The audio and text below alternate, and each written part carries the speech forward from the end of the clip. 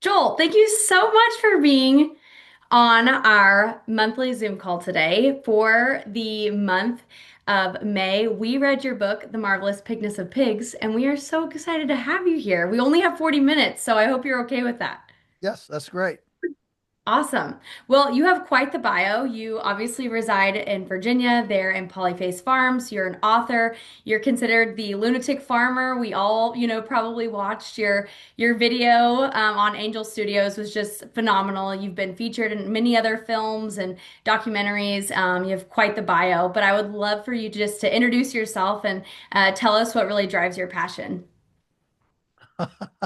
Okay, well, I mean, what really drives me is being able to actually, uh, participate as God's hands and feet in creation stewardship. A lot of people don't get to be in it like that, and so I get to be in it, and so it's been good. That's amazing. Well, just a little background of, the audience here today. I'm obviously recording it, so I'll put it on my YouTube channel. But here in the audience is, I call these my crunchy athletes. And the membership that I have is actually a workout community. I am a strength and conditioning coach by trade. So we have strength programs, conditioning programs, and with kind of the asterisk of being crunchy. And what that really means is that we already love stewarding the things in our lives. And as a workout community, we love stewarding our physical selves. And so, obviously, as athletes or as adult women who steward their homes, their land, their animals, their children, we're also learning the balance of what that stewardship looks like from a physical sense. And so, I would love for you to talk about, from like a health and performance perspective, why would it be important for us as people who want to work towards physical health and fitness, why should we care about the transition from soil health, plant health, animal health, food health, us health? That would be the ideal change. So could you talk to us like why that matters? Like you're the expert in that. Yeah, sure. So you can never be healthier than your food, and your food can never be healthier than the soil. So ultimately, and if you take a microscope and look at your microbiome, the biology of your microbiome and the biology of the soil, it's almost identical. It almost looks the same under a microscope. And so as you start studying this, you realize how similar our gut is to the soil. And and so i- if you have to get good food to be healthy, you have to have good soil to get good food.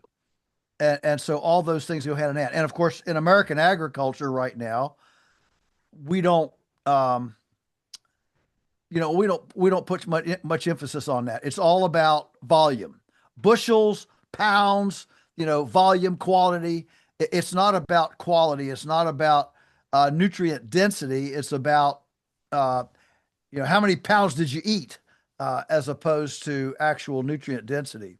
So that's why it matters, um, because ultimately, we say you are what you eat. Well, you also are what you eat eats, whether it's the carrot eating the soil or the pig eating the carrot. You are what you eat eats. Yeah, absolutely. I think a lot of what, the strength and conditioning setting at least talks about is a lot of people talk about how it doesn't matter what you eat as long as you're getting the calories. And I see the argument for that. I have kind of like my own priority pyramid of, we look across the world and what keeps people alive is going to be, just straight up calories. But when we're talking about health and performance and fitness, it really comes down to not only just macronutrients, but micronutrients. And so that's kind of what I'm assuming you're talking about is all the vitamins and minerals that are naturally within our foods. Yeah, that's right. That's right. Yeah, uh, you can. Yeah, energy is only part of the situation. You need all the other things to to activate the energy and channel it in the right place. Uh, Otherwise, we'd just all be hooked into a high fructose corn syrup IV and forget eating. And so So, it does make a big difference. I mean, like, for example, our eggs, the store bought eggs run about 48 micrograms of folic acid, which is really important for pregnant women, folic Mhm. acid. And our eggs average 1,038 micrograms per egg. So Wow. these aren't little differences. There's some pretty big differences. Yeah, extremely big differences. Like that is pretty wild. It also is pretty interesting because I come from an athletic background. And so when I think about the food that we're feeding, the top college athletes or the food that we're, feeding pro athletes, it's really not nutrient dense food at all. It's a lot of white breads, it's a lot of rice and pasta. And again, I understand from a carbohydrate standpoint that may be important, but from a micronutrient standpoint, it just feels so lacking. And so do you have any experience balancing? Kind of both of those ends. I know obviously you are living in the world of nutrient density, but have you ever had a perspective of from athletics or performance in regards to how would we get farm fresh food to those types of people that have more of a performance outlook? Well, all you got to do is order from us and we'll send it to you. I mean, it does seem that simple, doesn't it? I just don't Yeah, I understand mean, why we can't do that more, but it really is that simple. yeah, it really is that simple. And so, this food is certainly available, whether from us or from, your local pasture-based farmer. It really is that simple. I mean, and so when it comes to animals, the key to getting the nutrient density in animals is the phytochemicals. And the phytochemicals are in the carotenes, the green material, the salad part, not in the corn part. Corn is the energy, that's the carbohydrate, but the phytochemicals and all that is in the green material. That's where the phytochemicals are.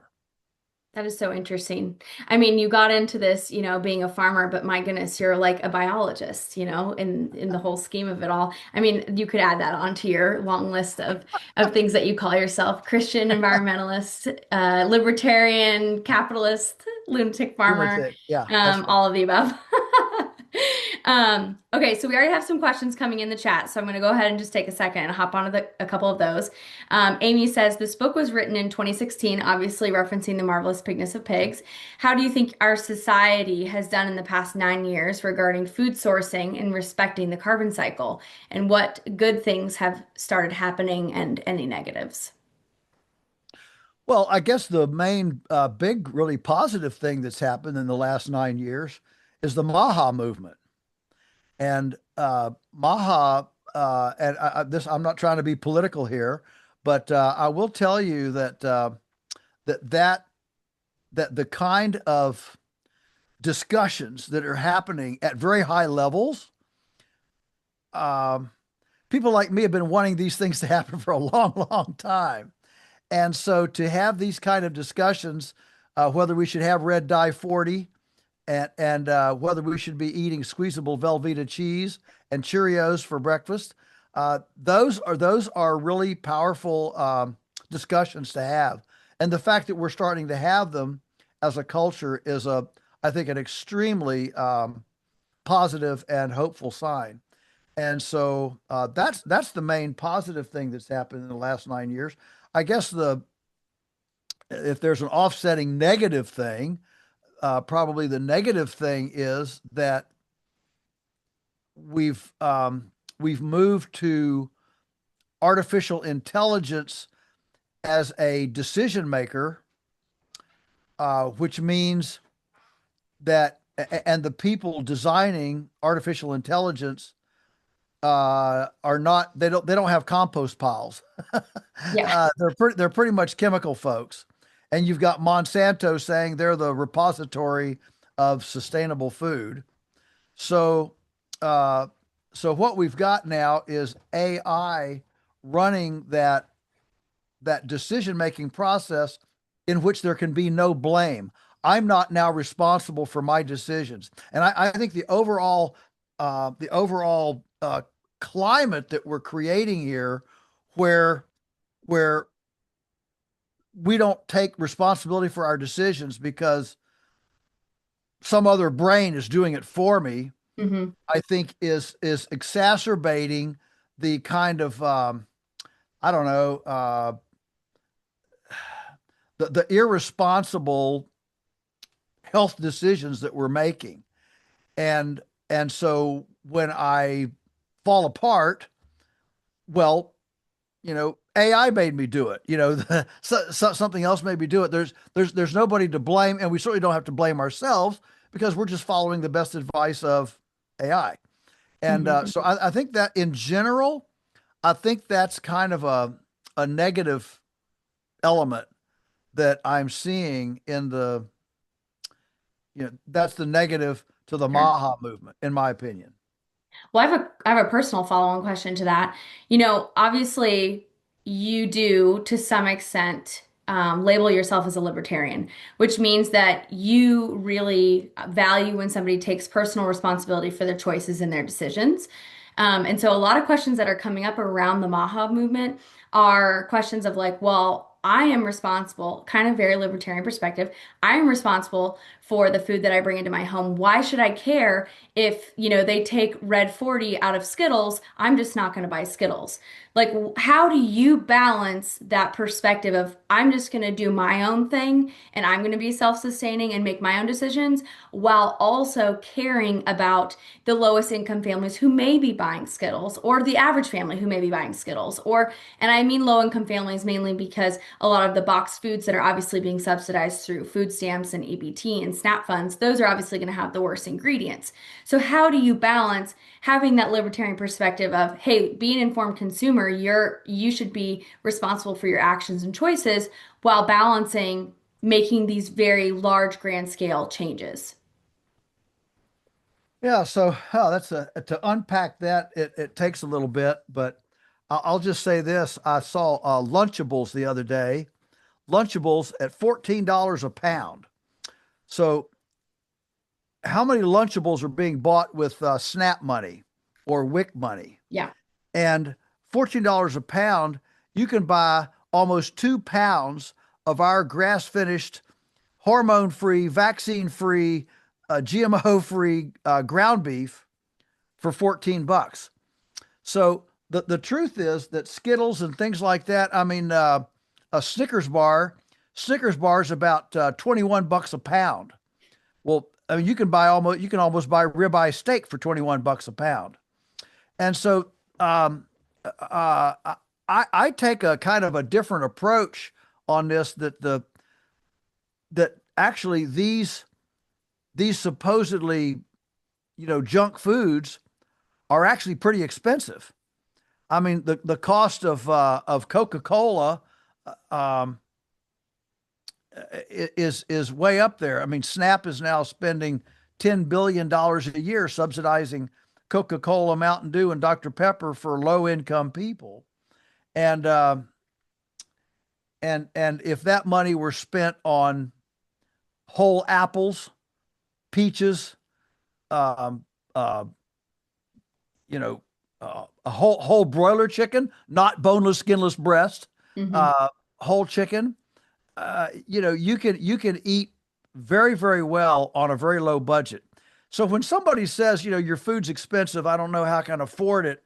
I say, all right, take me to your house, and here's what we won't see. We won't see lottery tickets. We won't see alcohol, tobacco, takeout, uh, uh, flat screen TV, uh, coffee. I mean, when you start looking down that way, you find out, wow, there are the number of people that are truly unable to buy decent food is extremely tiny. I Hmm. mean, I had a.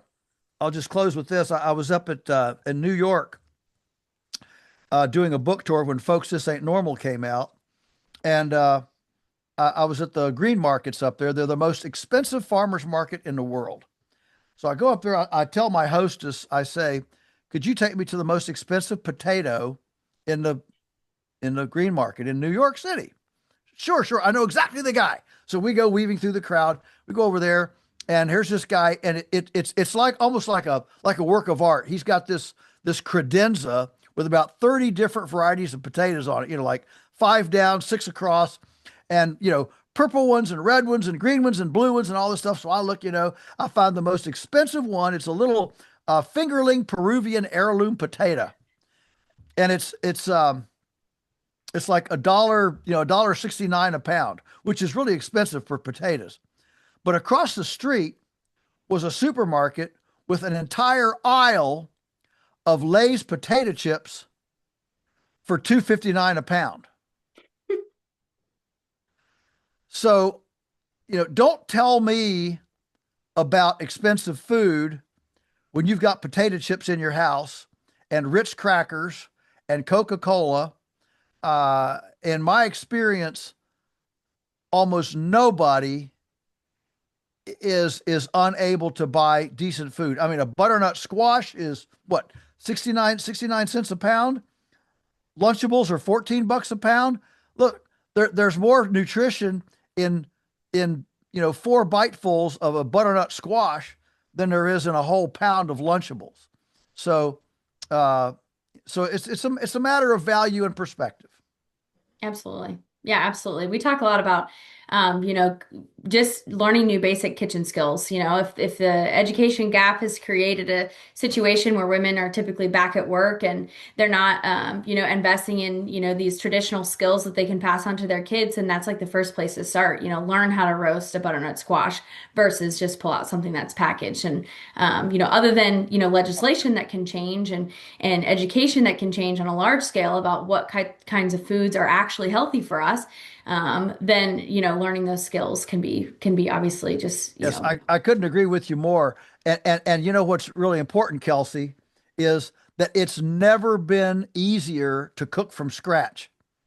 that's true. We've got hot and cold running water, we got time bake, we got Good Instapots, point. crock pots, blenders, Yeah. slice and dice, bread makers, ice cream makers. I mean, we got all this gadgetry. It's never been easier to cook from scratch. And a culture has never been this profoundly abdicating its visceral participation in food Yeah. ours while we have all these techno glitzy gadgets to cook from scratch. I never actually thought about that perspective, so I appreciate you saying that.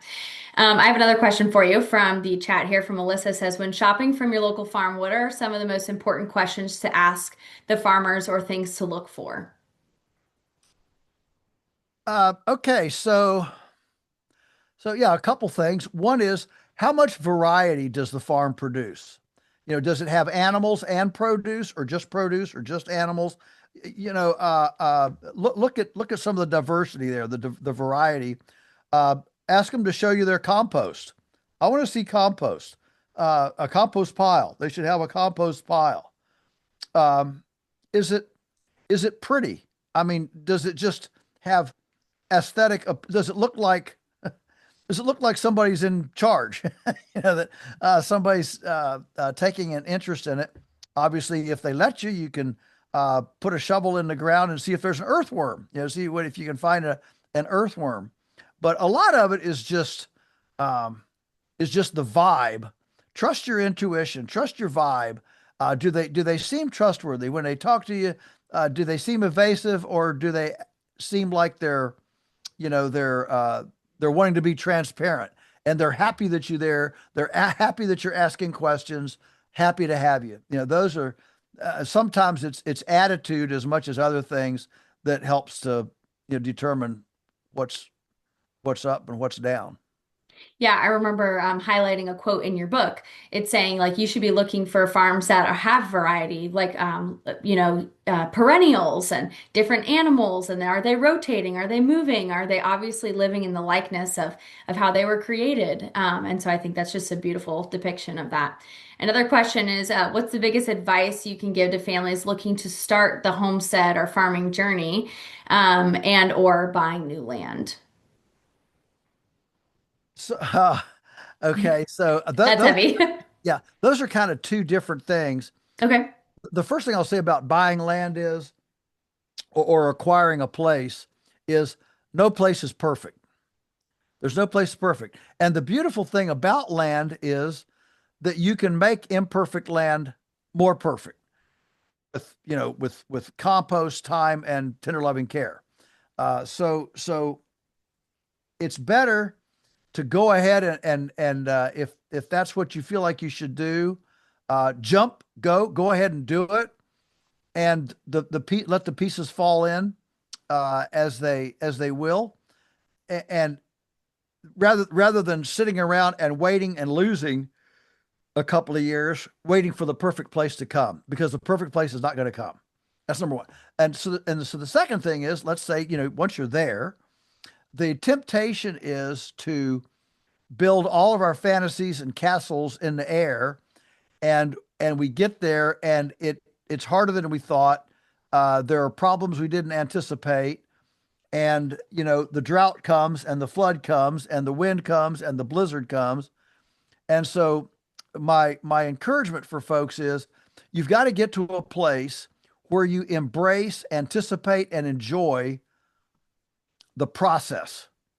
There's not an end. There's not a trophy waiting for you at the end. Okay. There's not a goal line. Okay. There's just process.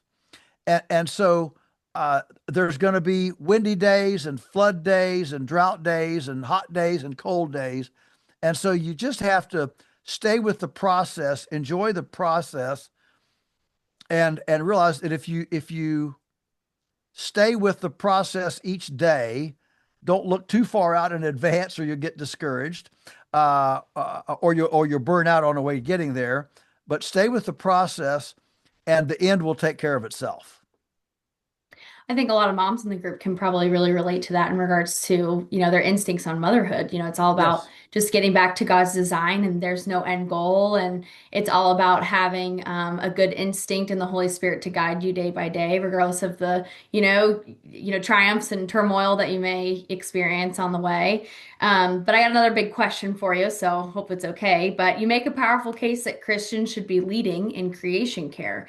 And why do you think so many churches shy away from these conversations? And how and what would you challenge them to do differently? Oh, that's yeah, you're starting to get to the nub of the book, I would say. So so in the book, I think I talk about the thing is, if you dare to go to to one of the elders or the pastor and say, hey, at the next potluck, how about we don't have styrofoam plates? How about we use paper plates? Or better yet, why don't we go to the thrift store at the Salvation Army and get mismatched plates that we'll wash, so when we get done, there's no trash to take out. Chances are you'll be said, what? Are you some sort of, tree hugger, earth muffin, Gaia worshiping, environmental wacko? And and the problem is that the faith community, I think, has squandered the creation stewardship, whatever, high road, if you will, the high road, and we have given that over to creation worshiping uh, uh, pagans. Okay. And so if we want to bring that equity, that emotional equity back, we have to be the repository of creation stewardship. It's God's stuff, it's not our stuff. And so what does he expect as a return on investment? What does he expect? Does he want us to eat pigs? Back to the pigs. Does he want it back to the marvelous pigness of pigs? Does he want us to eat pigs that nobody asks how to make a happy pig, or how to appreciate the glory of the pig? Or would he like us to eat pigs that are happy pigs, and express their their distinctiveness as an ethical framework on which we hang, the Thomas of Tom and the merriness of Mary? And so, those are significant questions that, for some reason, we in the faith community struggle with connecting those dots. But the people not in the faith community looking at us, they pick up our hypocrisy Hmm. in a heartbeat, just like we pick up their hypocrisy in a heartbeat. And so yeah, so wouldn't it be neat if, when people thought of Christians, they thought of people who actually wanted to care for the earth and cared about happiness of pigs, uh, that would really change the social equity that we have in the um, you know in the world. And so that's one of the reasons why this is so important, because God does care. I mean, if he cares if a sparrow falls, and if he cares the number of our hairs on our head, he certainly cares whether the pig is a happy pig or whether the tomato is a nutritional tomato. Those are things that God cares about. He does care about all this stuff. Now, that doesn't mean you can't have a Snickers bar once in a while, and it doesn't mean that you form a cult over this. What it does mean, though, is that you are willing to wrestle with what true stewardship looks like. What does it look like? And be willing to wrestle with that, and not just dismiss it because, well, greeny weenies, talk like that. Uh, that's our problem. Agreed. Agreed. And follow-up question, how would you say that your church operates differently because of your influence in that? Well, mine is like most of them. We've got people that that um, can't care a lick about. I mean, they're dousing their gardens and their yards in poison, and we've got people um, that are like me, that don't want to use any of that, and it does create tension. I mean, so you go to prayer meeting, and everybody's got their prayer requests about their sickness, and sickness of this and sickness of that, sickness of the other, and if you went home with them, open up the refrigerator, it's full of squeezable Velveeta cheese, gummy bears, Skittles, and Coca-Cola. And you're saying, "Come on, people! What's the deal here?" And it's a real problem. And I don't have all the answers. I do know that you can't. It's hard to force it, or you start alienating people. So you lead by example, and you can't push on a string. Mm-hmm. I agree. And I think a lot of these women that really care about this, which is clearly most of the audience that here, is here today. I always say like, hey, take the initiative, take the initiative to build that group of people in your congregation that appreciate this and can come forward and serve for the rest of the congregation in that way. And so I think that's a beautiful way that they can do that for their church body. Another question that just came in says, our yard shares a property line with a farm field, sprayed routinely with chemicals. We own chickens along with fruit trees and a garden. And is there anything I can do to protect our property from the chemicals being sprayed? Or do you think there's an opportunity or obligation for us to talk to the farmer about their current practices? That's one of the thorniest issues there is out there by law. So let me just start at the worst. By law, sprays have to be kept on the property of the person that sprays. Period. Okay. Now, it sounds to me like you don't know your neighbor. I would invite them over for a dinner, try to build a little bit of a relationship, and ideally, if you can be very diplomatic and non-judgmental and kind, you might be able to get a 12 or 15-foot buffer, some a buffer along your yard there. I don't know what they're growing or what's close there, but if you have a nice relationship, chances are you can maybe get a buffer. But the other option, of course, is to create a buffer for you, and that would be maybe some fast-growing trees like hybrid poplars or oss trees or something like that would grow real fast and be a bit of a screen, so that those poisons would go, if there is some drift, that would go into the trees. But these are ticklish things, and you have to take it with a great deal of honor and respect, not finger pointing and judgmentalism. That's not going to get you anywhere. But reach out, be the kind first, and see if you can build a friendship, and not on a first time. Uh, Build a friendship where you feel like you have an open door to talk, and then you can kind of mention your concern. It's good. It's always about relationships. Next question. You talk a lot about stewardship versus exploitation. How can the average suburban family practically live out pigness values if they don't have land or animals? So if you're buying, uh, did the question have suburban family? Did it say suburban family? Yeah, like suburban family doesn't Okay, have land, all right.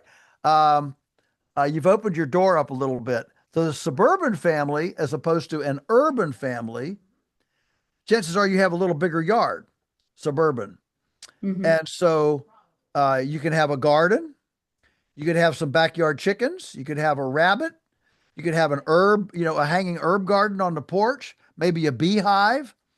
There are things that you can do to touch the mystery and majesty of life this way in a visceral, practical way. Beyond that, I mean, you're probably not going to grow a pig. You might not grow a cow, whatever. Beyond that, then start sleuthing and opt out of the supermarket. We live in a time where it's fashionable, excuse me, it's Bless you. fashionable to defund things. Yes. Well, it's time to defund Walmart, defund Monsanto, and defund Cargill. And there's two kingdoms. There's a kingdom of God and a kingdom of Satan. And so it's time to ask the question, and what I eating, does it build the kingdom of God? Does it finance, does it fund the kingdom of God, or does it fund a kingdom of exploitation and erosion and uh, basically earth rape? Those are valid questions. Again, I'm not trying to create a cult. I kind of do the 80-20, 80-20, 80 right, 20 wrong, if it has to be. That way you can go to your 3-year-old niece's birthday party and eat Walmart cake and not be a bore. I'm into that.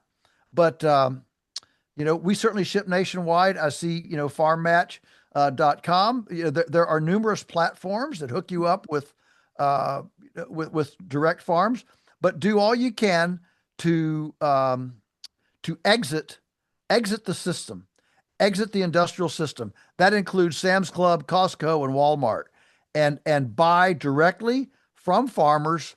Go to farmers market and buy directly from farmers and start channeling your patronage into good food. Absolutely. And I think the next follow-up question is how would you go about sourcing produce that cannot be locally grown? So are you then also saying that we should be eating naturally within that system, seasonally and locally only? Uh, yes, I'm a huge believer in seasonal eating. Now, in full transparency, I love bananas. My first 4 years, our family lived in Venezuela, so we had banana trees in the yard, and I grew up as a very, very small child, having all the citrus I wanted. So I've got a soft spot for citrus. I'm in Virginia, so guess what? We buy bananas. So that I'm just being very transparent about my hypocrisy. We all have our little points of hypocrisy. But yes, um, you don't need to get corn on the cob if you live in Vermont. You don't need to get fresh corn on the cob in February.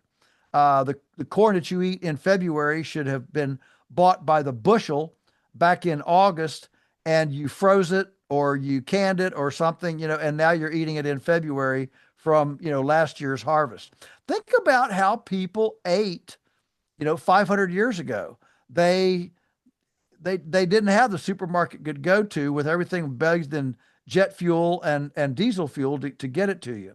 And so, in your local area, you can buy tomatoes, by the bushel, late in the summer, and get your food mill and make and mill out your own tomato juice and can it, and absolutely embrace the season. And you don't need strawberries in February if you live in New England. The strawberries you have should be frozen strawberries that you got back the previous spring, and you got a bushel of them, and you froze 30 quarts, and you meter them out through the winter. That's the way you deal with strawberries. Yeah, seasonality is one of the most uh, whatever practical, visceral things that we can do to recognize that God's in control and I'm not in control. I think you made a really good point there because I think taking the strawberry example, I always think, of course, strawberries are not going to be in season year round. So what you're saying is it's better to load up on fresh strawberries in the summer, can them, jam them, freeze them, and then use them year round so they are still very nutrient dense because they were produced in the summertime versus buying supposedly fresh strawberries in the winter, but they're not fresh because it's the wintertime in the grocery store. Is that what you're Yeah. saying? Yeah, that's exactly right. And the Okay. chances are they were hydroponically grown in Mexico. Yeah. Yeah. Okay. Well, that's actually very practical. I do think a lot of the women here use Azure Standard, which I think is Uh-huh. a maybe a step in the right direction, Yeah. other than having to go direct, to the farmer, which is obviously the best choice. Yeah. Um, Yeah, that's good. Next question here is from Lindsay. It says, I live in a community of farmers here in Pennsylvania that are God-fearing families, but unfortunately, they actually treat animals more like products. And your book has really opened her eyes to the importance of the love for animals that God has provided us, which is amazing. But then she says, I see farmers feeding their pigs stale donuts from the store because it, quote, just gets the job done. And I think other farmers keep this outlook to avoid attachment. I'm assuming probably to something like a little more like a loony bin. But how do you spread more of a loving relationship amongst the people and the animals and the farmers without having to kind of cross the line of maybe labels that they were a little bit more fearful of? Oh boy. That's a tough one. Um, that's a tough one. And all I can say is, the Bible is full of animals as an extension of ourselves. Don't muzzle the ox that treads the corn. Um, even the lily of the valley is more beautiful than Solomon in all his glory. Um, and so there is a raw and natural beauty and uh, honor bestowed on living things, and